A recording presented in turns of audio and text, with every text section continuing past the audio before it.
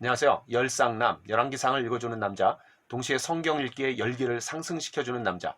자, 이 시간에는 열왕기상 9장부터 12장까지 4장을 다룹니다. 자, 열왕기상은 크게 세 파트로 나눠진다 그랬어요. 1장부터 11장까지는 솔로몬의 통치, 그리고 12장부터 16장까지는 분열 왕국, 그리고 17장부터 22장까지는 엘리야와 아합입니다. 자, 오늘 우리가 다룰 이 4장이 첫 번째와 두 번째 파트에 담겨져 있는 거죠. 자, 여러분 9장부터 12장까지 읽어 나갈 때 그 핵심적인 포인트를 먼저 잡고 시작하겠습니다. 자, 9장은 뭐예요? 그 8장에서 성전 건축 때 솔로몬이 올린 기도에 대한 응답이면서 동시에 이 솔로몬의 교만을 경고하고 있는 내용입니다.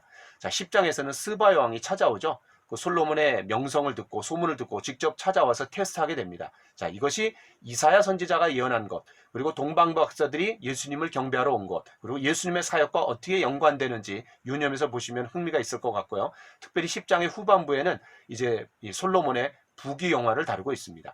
자, 11장에서는 이 솔로몬이 날개 없는 추락을 하게 됩니다. 그 원인이 두 가지죠. 하나는 성적인 타락, 그것과 연관해서 우상 숭배입니다. 자, 그리고 이제 후반부에서는 선지자 아이야가 나라가 쪼개질 것에 대해서 예언하는데, 이 솔로몬 이야기는 나단 선지자의 이야기로부터 시작해서 역시 또 선지자 아이야의 이야기로 마무리되고 있는 그런 형태입니다. 자, 이제 마지막 12장은 너무너무나 중요하죠. 반드시 기억해야 됩니다. 이 12장을 잊어버리면 안 돼요. 열왕기상 12장.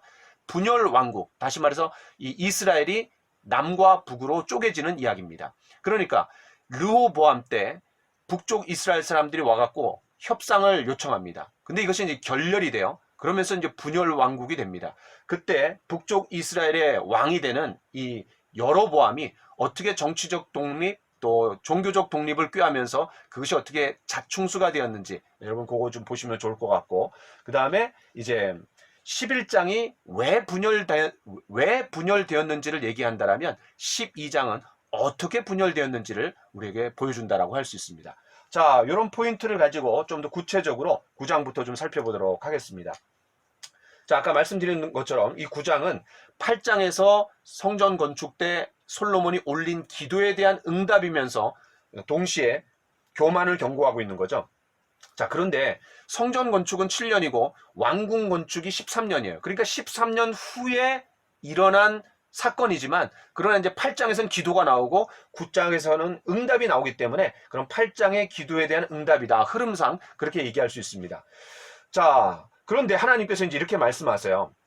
성전과 왕궁 건축을 마쳤을 때 하나님께서 이 기본에 나타나셔갖고 아주 중요한 말씀을 해주시는 거예요. 여러분, 기본에서 하나님이 나타나신 거는 3장에서도 나타나셨죠. 그 기본 산당에서 하나님이 나타나셔갖고 내가 너에게 무엇을 줄까라고 했을 때 지혜를 요청하게 되죠. 그러면서 이제 두 번째 나타나신 거예요.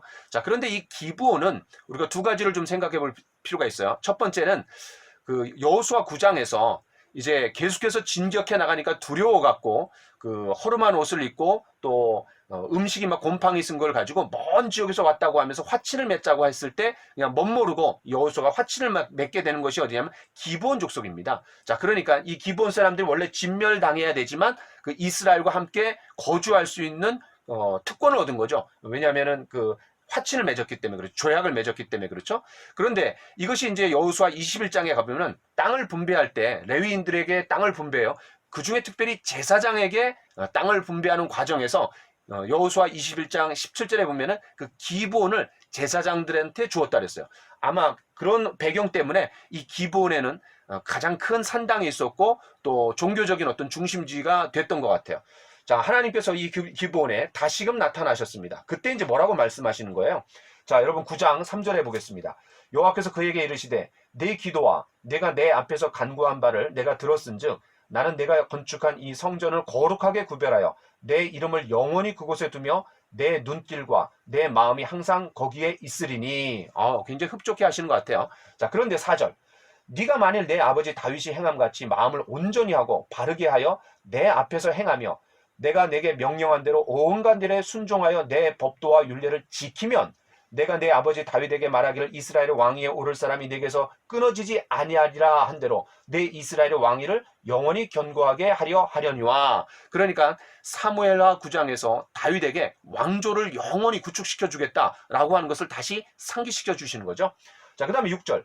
만일 너희나 너희의 자손이 아주 돌아서서 나를 따르지 아니하며 내가 너희 앞에 둔 나의 계명과 법도를 지키지 아니하고 가서 다른 신을 섬겨 그것을 경배하면 내가 이스라엘을 내가 그들에게 준 땅에서 끊어버릴 것이요 내 이름을 위하여 내가 거룩하게 구별한 이 성전이라도 내 앞에서 던져버리리니 이스라엘은 모든 민족 가운데서 속담거리와 이야기거리가 될 것이며. 그러니까 하나님께서 선물로 주신 땅이라 할지라도, 그리고 성전이 있다 할지라도 그들이 하나님의 언약적인 관계, 어떤 행위보다도 하나님의 언약 관계에 대한 헌신과 충성이 전제되지 않을 때 아주 심각한 문제가 생길 거라는 것을 하나님께서 경고하시는 거죠.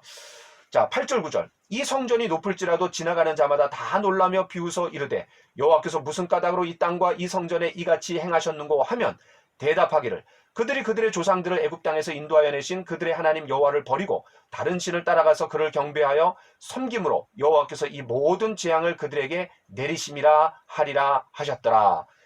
야, 이 신명기 28장 29장에 있는 내용을 그대로 얘기하고 있는 것 같아요. 자, 그러니까 하나님께서 이렇게 말씀하실 때 이 유다가 앞으로 어떻게 될지, 나중에 이제 바벨론 포로로 잡혀가고 황폐화된, 그리고 솔로몬 성전이 다 무너진 걸 보고 그런 세계의 사람들이 다 비웃고 조롱하는 이야기가 여기 담겨져 있는 거예요. 그러니까 앞으로 어떻게 이야기가 전개되어 나갈지 그 역사를 다 꿰고 계신 것 같아요, 하나님께서. 자, 어쨌든 여기서 가장 중요한 것은 그 솔로몬의 교만을 경고하면서 그 언약 관계의 중요성을 다시 한번 재강조하고 있다는 것을 여러분 잊어버리시면 안 될 것 같습니다. 자, 그 다음에 이제 15절부터 28절에 보면은 특별히 20절과 21절에 멸하라고 한 가나안 7족속 중에 남겨둔 사람들, 그런 사람들을 노예로 사용해갖고 역군으로 일으키지만, 그러나 이제 이거 좀 부정적인 측면이에요. 그러나 25절에는 해마다 3번씩 번제와 감사의 예물을 드렸다. 요거는 좀 긍정적인 측면이 같이 등장하고 있는 것 같아요. 자, 어쨌든 이 솔로몬이 이런 제국 건설 사업에 계속해서 이 강제로 노역을 시켰고 또 그런 동원 노역을 시켰기 때문에 이게 이제 나중에 문제가 된다라는 거예요. 자, 그런 분위기가 살짝 9장에서 좀 풍기는 것 같습니다. 10장에서는 솔로몬의 탁월한 지혜가 나옵니다. 이것이 어떻게 스바 여왕과 연관이 되고, 그리고 그 스바 여왕이 왔을 때 많은 은금과 선물을 가져왔기 때문에 이 지혜가 불을 불러오는 거죠. 자, 그런데 우리가 10장을 보면서 반드시 놓치지 말아야 될 게 있습니다. 그게 뭐냐면 성공이 어떻게 솔로몬을 망가뜨리고 있는가. 다시 말해서 축복에 취해가는 솔로몬을 우리가 발견할 수 있습니다. 자, 좀 더 자세하게 보죠. 1절부터 13절에 보니까 스바 여왕이 솔로몬의 명성을 듣고 테스트하기 위해서 직접 찾아왔다라는 거예요. 이거는 흔한 경우가 아닙니다. 왜냐하면 한 나라의 대표가 그냥 오겠어요. 그런데 지적 호기심이 굉장히 컸던 것 같아요. 자, 흥미로운 사실은 이 솔로몬의 지혜와 연관해서 여자들이 연관된다라는 거예요. 3장에서는 두창기, 그리고 10장에서는 스바 여왕입니다. 자, 심히 많은 금과 보석을 낙타에 싣고 왔다 그랬는데 재정 확충에 큰 도움이 됐겠죠. 왜냐하면 7년 동안 성전 건축, 13년 동안 왕궁 건축에 재정 손실이 컸을 겁니다. 그래서 재정 확충에 도움이 됐을 것 같고요. 또 하나는 그렇게 값싸게 지혜를 베푼 게 아니었다라는 거죠. 자, 솔로몬이 묻는 말마다 모두 대답했대요. 그러니까 다른 사람에게는 어려운 것이 솔로몬에게는 쉬웠던 거예요. 그러니까 솔로몬이 잠언과 전도서와 같은 주옥과 같은 책들을 남길 수 있었던 것 같습니다. 자, 4절 5절을 보겠습니다. 스바의 여왕이 솔로몬의 모든 지혜와 그 건축한 왕궁과 그 상의 식물과 그의 신하들의 좌석과 그의 시종들이 시립한 것과 그들의 관복과 술관원들과 여호와의 성전에 올라가는 층계를 보고 크게 감동돼요. 자, 그러니까 이 솔로몬의 지혜가 어디까지 이제 펼쳐졌냐면 건축, 음식, 요리, 그 다음에 패션, 그 다음에 예배, 행정, 그러니까 이런 모든 부분에 이 솔로몬의 지혜가 스며들어 있었던 거예요. 굉장히 감동한 거예요. 완전히 압도됐습니다. 자, 그러니까 7절에 뭐라 그래요? 내가 당신의 행위와 지혜에 대하여 들은 소문이 사실이로다. 과장이 안 되라는 거죠. 내가 직접 와서 보니까 소문보다 더 위대한 왕이라는 거예요. 자, 여기에 담겨져 있는 게 뭡니까? 그런 인간의 상식을 뛰어넘는 하나님이 주신 지혜에 어떤 특별한 뭔가가 있다라는 거죠. 자, 여기 이제 하나님을 높이는 거예요. 자, 그러면서 9절. 당신의 하나님 여호와를 송축할지로다. 하나님을 높이는 거죠. 자, 여러분, 라합도 하나님을 높였고, 그 다음에 룻도, 모압 여인 룻도 하나님을 높였고, 이렇게 이방인이었던 스바 여왕이 하나님을 높이는 내용은 우리가 흔하지 않는 중요한 내용인 것 같아요. 자, 그 다음에 14절부터 29절에 보니까 이 솔로몬의 재산과 지혜가 굉장히 이제 많았다라는 것을 얘기해 주는데, 특별히 14절에 보면 매해 세입 해갖고 금으로 들어온 게 666달란트래요. 약 25톤에 해당되는 어마어마한 양이에요. 그러니까 그 시대는 금이 하도 흔해갖고 은은 가치가 없을 정도라는 거예요. 자, 23절. 솔로몬 왕의 재산과 지혜가 세상의 그 어느 왕보다 큰지라. 굉장히 부귀영화를 누렸어요. 그 다음에 24, 25절. 온 세상 사람들이 다 하나님께서 솔로몬의 마음에 주신 지혜를 들으며 그의 얼굴을 보기 원하며 그들이 각기 예물을 가지고 왔으니, 그러니까 뭐 지혜가 불을 부르는 거죠. 자, 그 다음에 26절, 27절, 28절, 29절 여기를 보겠습니다. 26절에 솔로몬이 병거와 마병을 모음에 병거가 1400대, 마병이 1200명. 야, 조금 석연치 않은 거예요. 그 다음에 28절, 29절. 말들을 애굽에서 들여왔으니 무기장사까지 해갖고 막대한 이득도 취했어요. 자, 이게 이제 뭐를 얘기해 주냐면, 여러분 신명기 17장에 보면 장차 왕이 이제 세워질 때 세 가지 조심하라는 거예요. 정치력, 그 다음에 경제력, 그 다음에 군사력. 이 세 가지 늘 조심하고 하나님의 율법에 머물러 갖고 하나님의 율법을 통치 이념으로 삼으라 그랬어요. 자, 그런데 여기에 그런 모습들이 담겨져 있는 거죠. 신명기 17장 16절에 그는 병마를 많이 두지 말 것이요 병마를 얻으려고 애굽으로 가지 말며. 여러분, 그 이스라엘 백성들이 마른 땅을 바다를 마른 땅으로 건널 때 그 600승이나 되는 병거를 하나님께서 완전히 수장시킨 거를 잊어버렸던 것 같아요. 솔로몬이. 그러니까 병거를 많이 두지 말라. 이거는 군사력을 의지하지 말라는 거예요. 또 하나는 17절에 신명기 17장 17절에 아내를 많이 두어 그의 마음에 미혹되게 하지 말라. 이건 이제 11장에 나오는 거고, 자기를 위하여 은금을 많이 쌓지 말라. 그러니까 이 경제력을 의지하지 말라 그랬는데 지금 뭐 솔로몬의 부가 장난이 아니에요. 자, 그러니까 이런 신명기 17장에서 경고했던 내용들을 이 솔로몬이 그대로 답습하고 있는 거예요. 자, 그러니까 예수님도 검을 가지는 자는 검으로 망한다 그랬어요. 마태복음 26장 52절에. 그러니까 솔로몬이 군사력과 경제력, 나중에 이제 11장에서는 정치력, 왜냐면 아내들을 많이 뒀거든요. 자, 그런 내용들 여러분 좀 염두에서 보시면 좋을 것 같고, 또 하나는 디모데전서 6장 9절로 10절에 보면 이런 말씀이 있습니다. 부하려 하는 자들은 시험과 올무와 여러 가지 어리석고 해로운 욕심에 떨어지나니 곧 사람으로 파멸과 멸망에 빠지게 하는 것이라.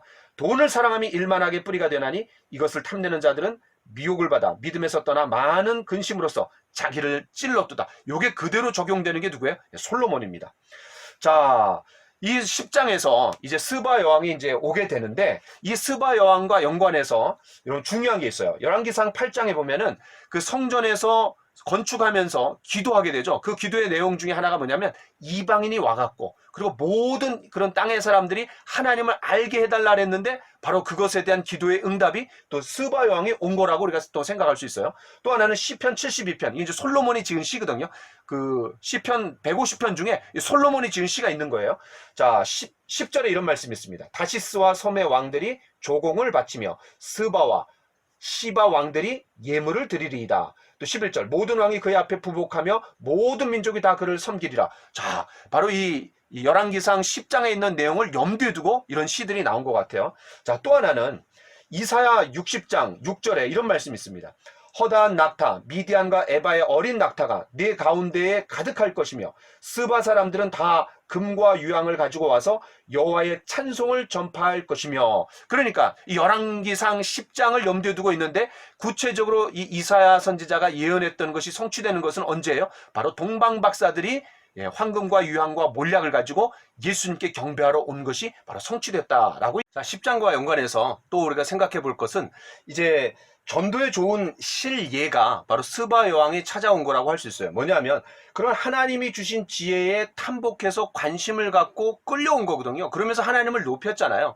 자, 전도란 게 뭡니까? 우리가 다름의 삶, 구별된 삶, 분리된 삶, 성결한 삶, 거룩한 삶, 다 똑같은 말이에요. 그런 삶을 통해서 세상 사람들이 우리의 삶을 보고 뭔가 다른 점을 보고 거기에 관심을 갖고 매력을 갖고 끌려와서 그 다른 점의 이유를 물어올 때 그때 그 다름의 이유에 대해서 설명하면서 물어온 것에 대한 질문에 답하면서 예수님을 전하는 거죠. 그러면서 복음을 전하는 것이 바로 전도인데, 그거에 대한 좋은 신뢰를 이제 여기서 찾을 수 있는 것 같아요. 또 하나 우리가 생각해 볼 수 있는 것은, 이제 신약 성경에 보면 예수님께서 누가복음 11장에 이렇게 말씀하셨어요.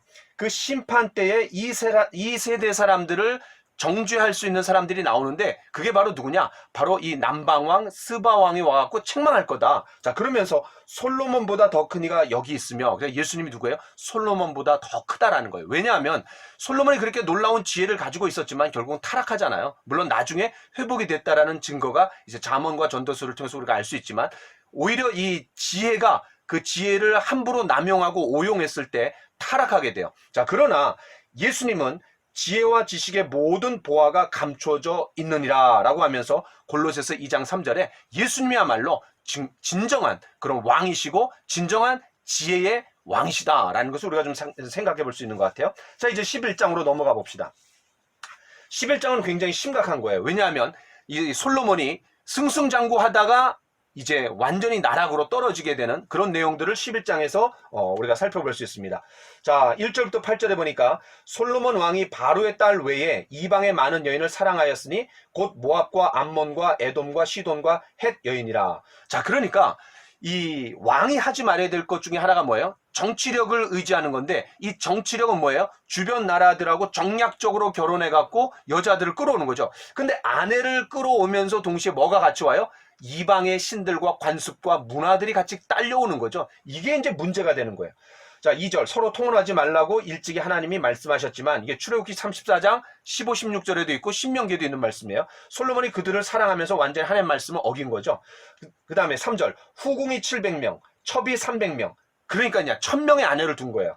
그의 여인들이 왕의 마음을 돌아서게 하였더라. 여기서 돌아서게 했다라는 표현이 중요해요. 자, 11장 3절에도 왕의 마음을 돌아서게 하였더라. 4절에도 그들이 그의 마음을 돌려, 그 다음에 9절에서 솔로몬이 마음을 돌려, 계속해서 이런 돌아서다라는 표현이 나오는 거예요. 자, 그러니까 그 이방의 여인들을 통해서 이방 종교의 영향력이 들어올 수 있는 하나의 그런 문을 활짝 열어준 셈이 되는 거죠.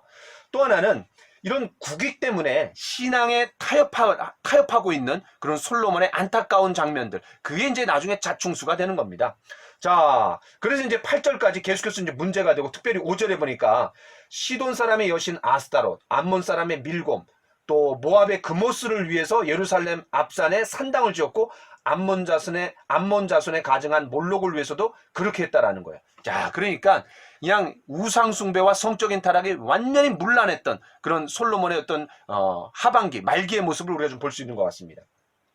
자, 9절부터 13절에 보니까 이 솔로몬이 마음을 돌려서 하나님을 떠남으로 하나님이 진노하사 일찍이 2번이나 나타나셔서 다른 신을 따르지 말라고 경고하셨다라는 거예요. 그러니까 하나님께서 그럼 무작정 그냥 심판하시는 것이 아니라 사전에 어떤 그 감지할 수 있도록 경고 조치를 하셨다라는 거예요. 자, 11절 솔로몬이 듣지 않자 내가 반드시 이 나라를 내게서 빼앗아 내 신하에게 주리라. 아버지 다윗을 위하여 아들 세대에서는 그렇게 하지 않고 한 지파를 아들에게 주실 것이요. 그러니까 아빠 찬스가 있는 거죠. 그래서 다윗을 잘 뒀기 때문에 그 대에서는 문제가 생기지 않고 그 다음 아들 때에서 이제 문제가 된다라는 거예요. 자, 14절부터 25절에 보니까 에돔 사람 하닷, 그러니까 남부 지방이에요. 그 다음에 르손이 격동, 이건 다메섹 왕이니까 북쪽이에요. 그러니까 남쪽과 북쪽에서 막 압박을 가는 거예요. 여러분, 사무엘하 7장에서 다윗의 왕조를 구축해 주시겠다 그랬는데, 그때 하나님께서 뭐라 했냐면 사람 막대기와 인생 채찍으로 그들을 때리시겠다, 징계하시겠다라는 거예요. 그러니까 지금 하나님의 심판의 도구로 이 남쪽과 북쪽에서 압박을 가하는 어떤 하닷, 그리고 르손을 우리가 볼 수 있는 거예요. 그러니까 이 하닷과 르손이 이스라엘을 대적하고 미워했던 거죠. 자, 그 다음에 26절부터 40절에 보면은 그 솔로몬의 씨와 여로보암이 대적하게 됩니다. 그러니까 하닷과 르신도 대적하고 자신의 부하였던 이 여로보암도 대적을 하는 거예요. 자, 밀로를 건축하고 다윗성에 무너진 것을 수축할 때 큰 용사였고 그의 부지런함을 보고 요셉 족속의 일을 감독하게 했는데, 나중에는 이 선지자 아이야가 여로보암을 만나갖고 이렇게 얘기하는 거죠. 자신의 새 옷을 잡아 12조각으로 찢으면서 너는 10조각을 가지라. 다시 말해서 10조각을 갖고 이스라엘의 10지파의 왕이 되라 라는 내용이에요. 자, 이는 그들이 나를 버리고 아스타롯, 그모스, 밀곰을 경배 아버지 다윗과 같이 아니하고 하나님의 율법에 순종하지 않았기 때문이다 라고 하면서 앞에 하나님께서 경고했던 것에 대한 바로 이 성취가 이 경고를 무시했기 때문에 이런 일들이 일어난다라는 것을 이야기해 주는 거예요. 자, 그래서 이 여로보암에게 뭐라 그래요? 너는 네 마음에 원하는 대로 이스라엘의 왕으로 다스리라. 38절에 보니까 네가 만일 순종하고 내 눈에 합당히 행하여 다윗이 행함같이 율례와 명령을 지키면 함께 해주고 너를 위해 견고한 집을 세우고 이스라엘을 너한테 주겠다. 그러니까 여로보암에게 처음부터 이상한 나라를 준 게 아니라 잘 순종하면은 그 나라가 영원히 존재되는 거예요. 자, 40절. 이러므로 솔로몬이 여로보암을 죽이려 하며 애굽으로 도망갔어요. 그래서 그 애굽의 시삭에게 갔다가 솔로몬이 죽기까지 거기서 마지막에 보면 이 솔로몬이 죽는 장면이 나오죠. 참 겸손하게 시작했고 하나님의 지혜 가운데 이스라엘을 잘 통치했는데 이 말년에 성적인 타락과 우상 숭배로 비참하게 마무리가 되고 있는 그런 솔로몬의 모습 참 우리가 기억해야 될 것 같습니다. 자, 이제 12장. 자, 이 12장은 중요하죠. 왜냐하면 이스라엘이 통일 왕국이었는데 두 개로 쪼개져 갖고 다시는 통일이 되지 못합니다. 자, 그래서 이 12장을 우리가 반드시 기억해야 되는데, 자, 1절부터 5절에 보면 온 이스라엘이 르호보암을 세겜에서 이스라엘의 왕으로 삼고자 모였어요. 자, 이 세겜은 여호수아 8장과 24장에서 그런 하나님과 언약을 맺었던 상징적인 중요한 장소였죠. 자, 그런데 일단의 무리가 애굽에 피신했던 여로보암을 불러들입니다. 왜냐하면 이 솔로몬을 피해갖고 그 애굽의 시삭에게 망명해 있었잖아요. 자, 4절. 여로보암과 이스라엘 온 회중이 왕의 아버지가 우리의 멍에를 무겁게 하였으나 왕은 이제 왕의 아버지가 우리에게 시킨 고역과 매운 무거운 멍에를 가볍게 하소서. 그리하시면 우리가 왕을 섬기겠나이다. 자, 이제 그 이스라엘 사람들이 와갖고 여로보암이 어떤 대표성을 띠고 와서 어떤 협상을 하는 거예요. 그러니까 여기에 뭐냐면 경감 조치를 해달라는 거죠. 그러니까 각종 대형 건설 사업에 무리하게 동원된 그런 물적, 인적 자원, 그리고 외국 무역과 조공으로도 충당하기 어려운 어떤 그런 세금들, 그러니까 백성들에게 무거운 노역과 세금을 부과했던 것에서 좀 그걸 경감해 달라는 거죠. 굉장히 합리적이고 또 이렇게 요구할 수 있는 겁니다. 자, 그런데 이 르호보암이 어떻게 조치하냐면 3일 후에 다시 오라는 거예요. 자, 그러면서 6절부터 11절에 보면 두 그룹에게 물어봅니다. 시니어들에게 물어보고 그 다음에 주니어들에게 물어보는데 이 시니어들은 어떻게 하라는 거예요? 백성을 섬기는 자가 되라. 그거 받아들여라 라는 거죠. 그 다음에 주니어들은 뭐라 그래요? 그 시니어들의 제안을 거부하고 내 새끼손가락이 내 아버지의 허리보다 굵으니, 아니 새끼손가락이 어떻게 허리보다 굵어요? 그러니까 그만큼 어떤 더 거친 체구를 갖고 있다는 거예요. 다시 말해서 더 강한 정책을 쓰라는 거죠. 나는 더욱 멍에를 무겁게 하리라. 내 아버지는 채찍으로 징계하였으나 나는 전갈 채찍으로 하리라. 야, 이런 걸 보면은 굉장히 어리석은 제안을 주니어들이 하는 거예요. 그리고 이제 오판해 갖고 어리석게 대답하는 게 또 르호보암이에요. 이런 걸 보면은 그 압살롬이 아히도벨이 그 책략을 거부하죠. 그 책략을 받아들였다면 쉽게 다윗을 이길 수 있었을 텐데 그것을 거부했던 압살롬하고 좀 비슷한 것 같아요. 자, 어쨌든 그런 화합의 기회를 완전히 걷어차갖고 분열을 조장하게 되는 그런 르호보암을 우리가 좀 볼 수 있습니다. 자, 12절부터 15절에 보니까 3일 후에 여로보암과 모든 백성이 찾아왔어요. 그 다음에 르호보암이 그대로 전하는 거죠. 자, 그러면서 15절. 왕이 이같이 백성의 말을 듣지 아니하였으니 이 일은 여호와께로 말미암아 난 것이라. 여호와께서 전에 여로보암에게 하신 아히야의 말을 응하게 하심이더라. 그러니까 하나님께서 그 르호보암의 악함을 내어버려 두시는 거죠. 자, 이런 모든 과정들이 그런 하나님의 섭리 가운데 일어났고 그런 인간의 자유의지의 오용과 남용이 하나님의 섭리의 하나의 어떤 도구가 됐다는 거예요. 하나님 그렇게 작업하신 게 아니라요. 하나님 다 아시는 거죠. 그렇게 될 것을.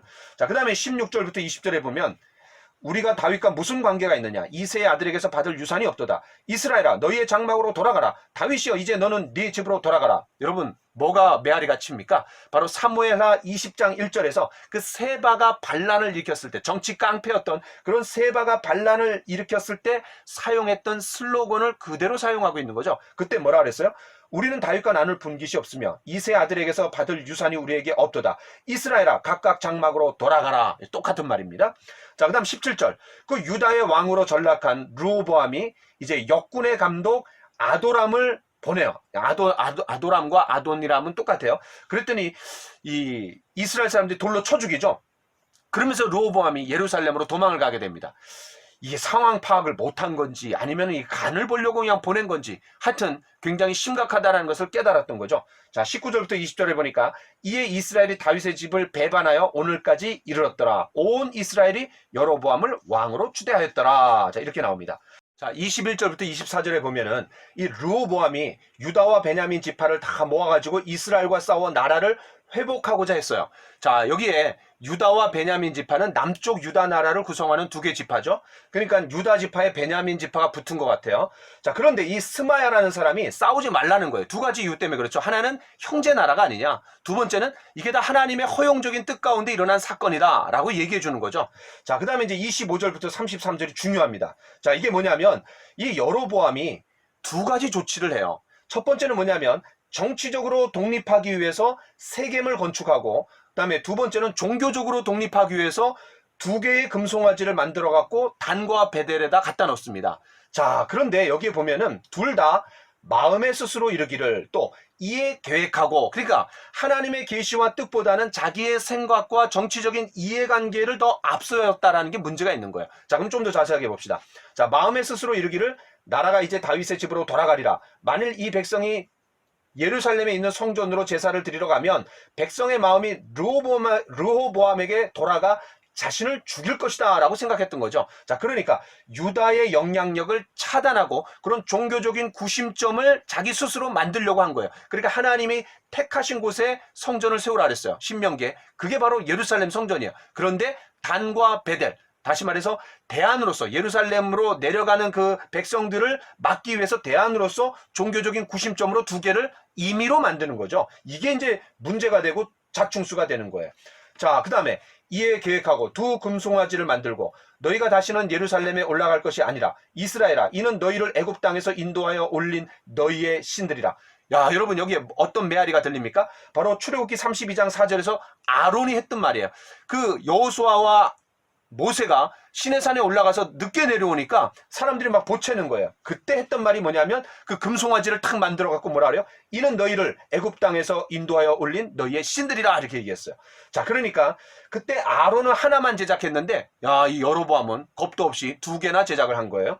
또 하나 열왕기하 17장 21절에 보면 여로보암이 이스라엘을 모아 여호와를 떠나고 큰 죄를 범하게 하며, 여기서 말하는 큰 죄가 뭐냐면 두 개의 금송아지 사건입니다. 그런데 이 북이스라엘의 멸망 이유를 이야기했던 곳에서 그 여로보암의 큰 죄를 얘기했는데 이게 바로 출애굽기에 보면은 그 32장 30절과 31절에도 너희가 큰 죄를 범하였도다. 이 백성이 자기들을 위하여 금신을 만들어 싸우니 큰 죄를 범하였나이다. 그러면서 이 모세도 그 사건을 큰 죄라고 얘기했어요. 아주 굉장히 심각한 죄예요. 왜냐하면 제1계명을 어기는 거고 제2계명도 어기는 거잖아요. 나 외에 다른 신을 두지 말아라. 그리고 우상 숭배를 하지 말아라. 그렇죠? 제1계명, 제2계명을 다 어기는 거예요. 자, 그래서 하나는 베델에 두고, 베델은 이제 그 북이스라엘의 남쪽, 그 다음에 하나는 단에 뒀어요. 자, 이 일이 죄가 되었으니 이는 백성들이 단까지 가서 그 하나에게 경배함이라. 그러니까 여로보암은 종교 혼합주의를 여는 그런 사람이 돼버린 거예요. 자, 그 다음에 세 가지 조치를 해요. 그렇게 성전을 마음대로 만들어 놓고 산당을 짓고, 그러니까 산당을 없애야 되는데 산당을 오히려 졌어요. 두 번째는 레위 자손 아닌 보통 백성으로 제사장을 삼았다라는 거예요. 그러니까 코드 인사를 한 거죠. 돈 받고 사이비 제사장을 만든 거예요. 그러니까 레위 지파에게서만 나와야 되고 아론의 계열에서만 제사장이 나와야 되는데, 그 당시에 그 역대하 11장 13절로 15절 이 열왕기상의 요 내용을 백업해주는 내용을 보니까 이런 말씀이 있어요. 온 이스라엘의 제사장들과 레위 사람들이 르호보암에게 돌아오되, 망명한 거죠. 왜냐하면 이는 여로보암과 그 아들들이 그들을 해임하여 여호와께 제사장의 직분을 행하지 못하게 했고, 여로보암이 여러 산당과 숫 염소 우상과, 그러니까 금송아지뿐만 아니라 숫 염소도 우상했던 것 같아요. 자기가 만든 송아지 우상을 위하여 친히 제사장들을 세웠기 때문이다. 그러니까 이게 이제 제사장들을 코드 인사해 갖고 마음대로 세우는 게 문제예요. 세 번째는 뭐냐면 8번째 달에 15일에 절기로 삼았다라는 거예요. 여러분, 그 이스라엘은 절기가 있는데 특별히 초막절이 언제냐면은 7월 15일부터입니다. 그리고 7월 10일이 대속죄일이에요. 그 7월 달은 굉장히 중요한데 그 7월 달이 아니라 8째 달에다가 절기를 만들었다라는 거예요. 자, 이런 내용들이 참 이 굉장히 심각하고 분열의 원인과 이유가 되는 거죠. 자, 이런 내용들 여러분 놓치시면 안 될 것 같고, 그러니까 사사기 17장 18장에 그런 미가의 집에 그런 제사장이 사유화가 일어났는데 나중에 이제 단지파의 제사장이 되잖아요. 그 미가의 집 제사장이. 그러니까 열왕기상 12장의 전조가 바로 이 사사기 17장 18장이 아닌가, 이렇게 또 볼 수도 있습니다. 자, 이제 마무리합니다. 오늘 4장을 다뤘는데 그 구약 성경에서 한 번도 이렇게 얘기한 적이 없어요. 온 인류가 아담의 길, 죄를 따라갔다. 아담의 죄와 아담의 길을 따라갔다. 이런 말은 안 나와요. 자, 그런데 15명의 왕들이 북쪽 이스라엘에 여로보암의 길과 여로보암의 죄를 따라갔다라고 얘기하는 거예요. 그러니까 이 여로보암이 하나의 부정적인 모델링이 된 거예요. 부정적인 모델링이 됐어요. 자, 그 다음에 이렇게 시작된 북쪽 이스라엘은 200년 동안 무려 19명의 왕이 지나가면서 비다윗 계열의 사람들이 계속해서 쿠데타에 의해서 뭐 어떤 경우는 7일, 어떤 경우는 한 달, 그냥 왕조가 계속 바뀌어요. 그러나 앞으로 350년 동안 이 유다는 20명의 왕, 그러니까 19명이나 20명이나 뭐 또이또이예요. 그런데 오히려 한 150년 정도가 더 지속됐던 게 바로 남쪽 유다 나라입니다. 그런데 이 남쪽 유다 나라는 어때요? 바로 다윗 계열의 사람들이 계속해서 왕위를 차지했고, 특별히 그 네 왕이 탁월했죠. 누구냐면 아사, 여호사밧, 그 다음에 히스기야, 요시야, 이 4명의 왕들을 통해 갖고 그때마다 갱신과 부흥운동이 일어나갖고 유다가 하나님의 뜻 가운데 갈 수 있는 그나마 그런 역할들을 이 4명의 왕들이 감당했습니다. 자, 이제 12장까지 마무리가 되고 13장부터 16장까지 그런 분열 왕국의 그런 다음 내용들을 우리가 좀 고대하면서 마치겠습니다. 감사합니다.